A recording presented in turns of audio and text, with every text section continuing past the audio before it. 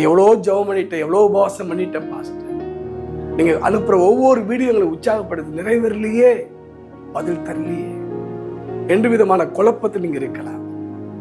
ஒருவேளை அந்த ஈசா காலத்தில் இந்த பஞ்சத்தை போல பிசினஸ்ல, தொழில, வியாபாரத்துல, ஊழியத்துல ஒரு விருத்தி இல்லை, ஏதோ ஒரு பாதிப்பு, இல்லை ஒரு வேலை வேற வேலை செய்யலாமா, வேற கம்பெனி நடத்தலாமா, இல்லை வேற இடத்துக்கு ஊழியத்துக்கு போகலாமா, இல்லை வேற சபை நடத்தலாமா, இல்லை இந்த பகுதி விட்டு வெளியே போகலாமா என்று பலவிதமான குழப்படியில் இருக்கிற தேவனுடைய பிள்ளைகளே, பரிசுத்தவான்களே, என் அன்பு ஜனங்களே, என் அன்பு சகோதரியே, நான் எவ்வளோ கஷ்டப்பட்டேன், எவ்வளோ பாடுபட்டுட்டேன், எங்கள் ஊழியத்தில், குடும்பத்தில், தொழிலில், என் வருமானத்தில் விருத்தி இல்லை, மாற்றம் இல்லை, கொடிய பஞ்சம், கொடிய பிரச்சனை, விட்டு வெளியே போகலாமா என்று நினைக்கிற உங்களை பார்த்து கர்த்தர் சொல்லுகிறார், நீ அங்கே இரு, நான் சொல்ற இடத்துல குடியிரு என்று சொல்லி ஆதியாம் 26:2 வாசித்திருப்பார். அது முன்பாக கடவுள் தான் ஆபிரகாம் குறித்து சொன்னார், தகப்பன் சொல்லுக்கு கீழ்ப்படிந்தார்.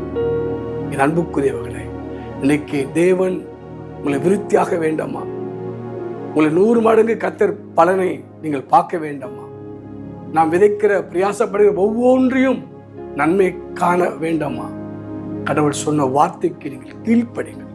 கடவுள் உங்களை எங்க வைத்து உயர்த்த நினைக்கிறார், எங்க வைத்து உங்களை மேன்மைப்படுத்த நினைக்கிறார், எங்க வைத்து உங்களை அழகு பார்க்க நினைக்கிறார், எங்க வைத்து உங்களை கனப்படுத்த நினைக்கிறார், அங்கே இருங்கள். வழிவிலாகாது, பஞ்சத்தை பார்க்காதீர்கள், முறுமுறுக்காமல் இருங்கள். ஐயோ எத்தனை வருஷத்தை ஊழியக்காரங்க இருந்து ஒரு முன்னேற்றமே இல்லை பிரதர், பேசாம வெளியே போகலாம் நினைக்கிறேன், உங்களை பார்த்து கர்த்தர் சொல்றார், ஏற்ற காலத்தை உயர்த்திருக்க நீ அடங்கிரு, விலகாது, விலகி போயிடாது. பல சபையில அங்கேயும் இங்கே அலைந்து திரிந்து குழப்பத்திற்கு தேவ பிள்ளைகளே, கர்த்தர் கொடுத்த தரிசனத்தை, கர்த்தர் கொடுத்த ஊழியத்தை, கர்த்தர் கொடுத்த தொழிலை, சொல்லி கொடுத்த தொழிலை, வியாபாரத்தை விட்டு விடாது.